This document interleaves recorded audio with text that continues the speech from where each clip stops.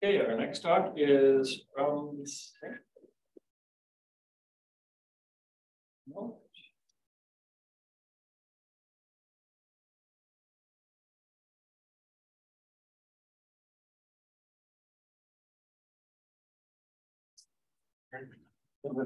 Oh, okay. All right. Hi, everyone. I'm Nick Simone, and today I'm going to be doing an overview of the turbulent mixing and spectral dynamics of twin impinging gas jets. Some research we've in the preliminary phase of with Dr. Dave Forlity and Aidan Zweens at the Fluid Mechanics Research Lab at the University of St. Thomas. So to begin, I'm going to give a brief introduction to impinging jets. I'm going to go over the objectives of our experiment and just an overview of our experimental facility and the preliminary particle image velocimetry data that we've gotten from this, and then the conclusions from that data. So to start off with, twin impinging jets. So they're used in rocket engines to facilitate fuel mixing. So as you can see in this image, they have the manifolds and they open up and then they inject fuel and oxidizer. They inject fuel and oxidizer at each other, and then those mix, and then they go into the combustion chamber, and then they run. And as you can see here, we have, that's a picture of the fuel injector plate on the Saturn V F1 engine that's on the first stage. Yeah, so each ring is a different fuel, is either fuel or oxidizer, and they shoot at each other, and then they mix. So here's more generalized view of it. And as you can see over there, that's these are previous experiments of liquid jet impingers. So as the Reynolds number increases of the fluid, the flow begins to become less viscous and break up into more droplets, which is better for the mixing of these liquid jets. And if you can see on that far right one, you can see those U-shaped waves that form from these higher Reynolds numbers. And then some more videos. Good screensaver content right there. These are the exact Reynolds numbers and Weber numbers that were used for these. And this kind of better illustrates how at lower Reynolds numbers, these flows are much more viscous, form larger droplets. But as you increase the Reynolds number, it starts to break up and form smaller droplets.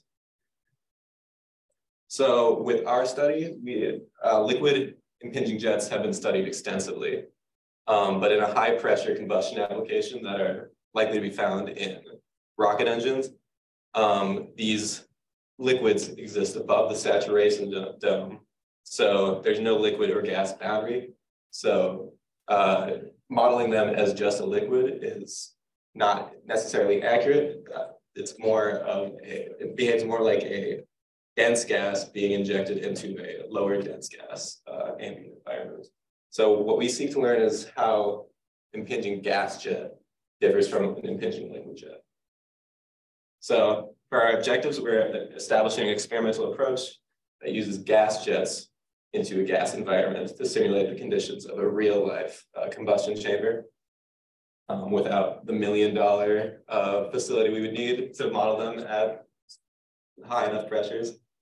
And we want to explore the properties of that turbulent flow. And we're starting with air jets into air, and we would like to move on to other gases into other gas mediums, and then also experiment with acoustic perturbations of those injectors. So here's the experimental facility we used to collect our preliminary data. This is the fuel injector that we 3D printed and mounted it on this bracket, and then we shoot air together and they mix right above that bracket. And yeah, and then we record this with this particle image velocimetry system, or the PIV. And what we do is we inject tracer particles into these airflows And then we shine a laser onto this airflow as it's mixing, and we record that with the camera. And it gives us images, something like this. So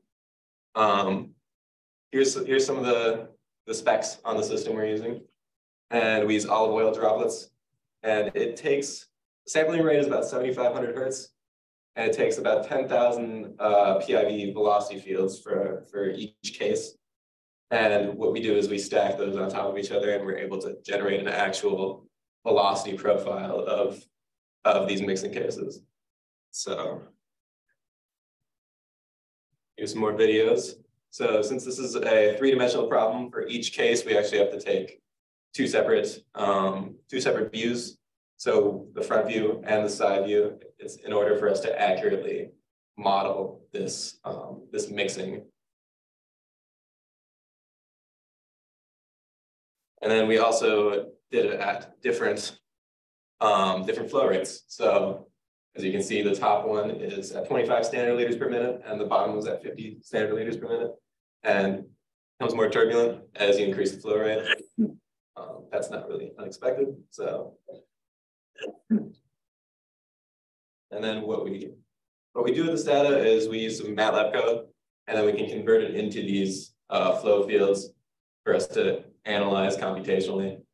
Yeah, and then we convert these vectors into these average contour plots.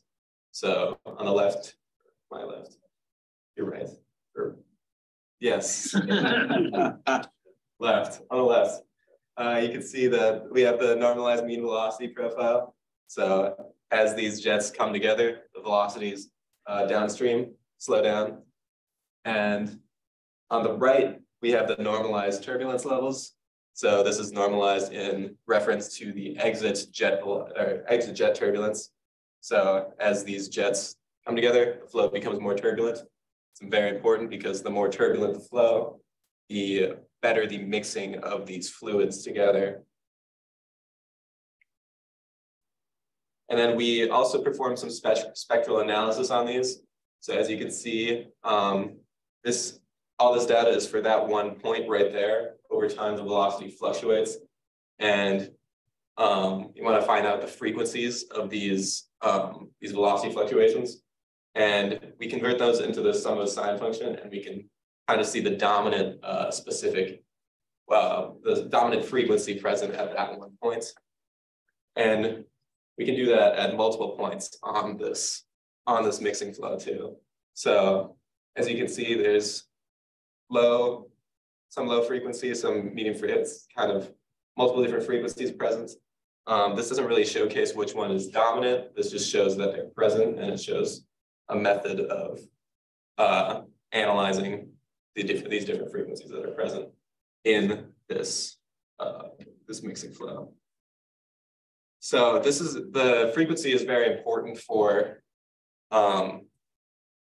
analyzing combustion instability, because with these fuel injectors, you want to make sure that they are not running at the resonant frequency of these combustion chambers, because if they are, that can lead to cracks and explosions of rockets. So, and as you can see, it's a feedback loop. So the unsteady combustion leads to more acoustic vibrations, which lead to more altered propellant mixing, which feeds back.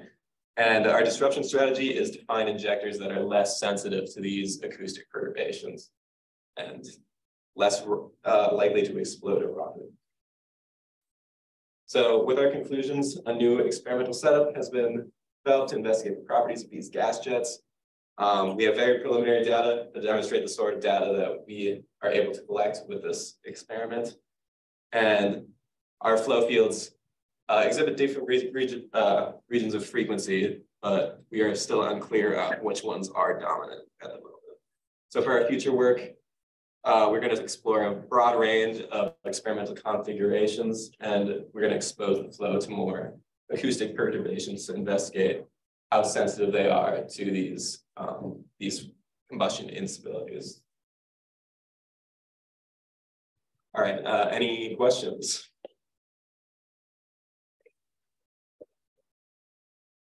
Question related to sort of time frame. So do you see perturbations sort of build over time, or so if you let it run for a longer period of time, you see something occurring versus starting off with? I don't know if you. I don't think we haven't. This is very preliminary right now, so I don't think we have run anything quite like that. But that definitely is a matter that we are seeking to investigate with our future work.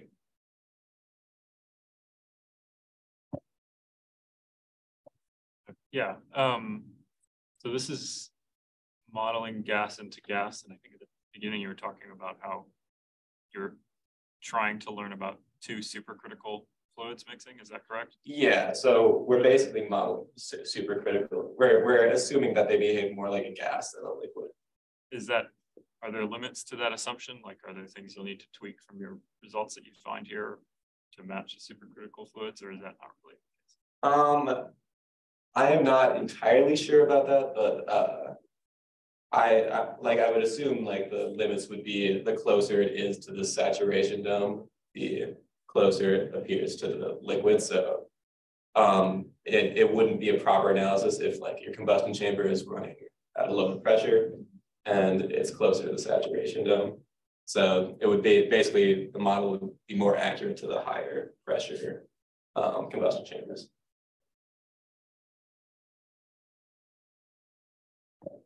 So it sounds like you're thinking about changing the nozzles, but you had a photograph there from the Saturn V, which had some significant instabilities, right? Yeah. Do you know anything about how that happened or what they did to fix that? And I don't think it was changing the nozzles. What I know about so they don't really have like, when they develop these rocket engines, they don't really have like an actual model like we're trying to develop. They kind of just go off of their experience with what they've learned. So I think they did more like trial and error. So I'm not really sure what they changed on theirs for that to work out. But yeah. Are you going to get beyond air and air to something more exciting? Hopefully. We'll get to some crazy fluids, I guess. Very expensive, crazy fluids. More questions? David, you have to have questions. This is your student.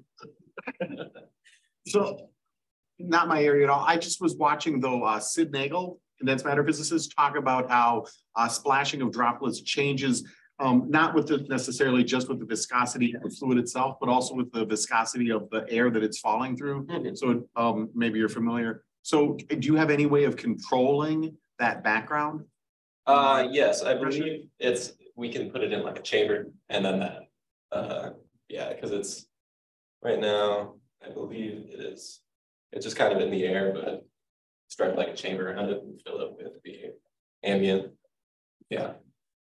Changing the pressure is a different story of the ambient. It depends on the higher the pressure we want in the chamber, the more expensive the rig would have to be set up. Yeah.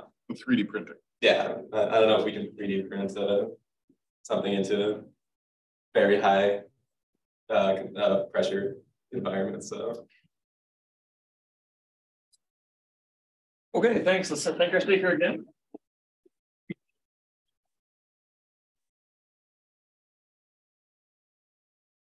So is Joanna here? All right, great.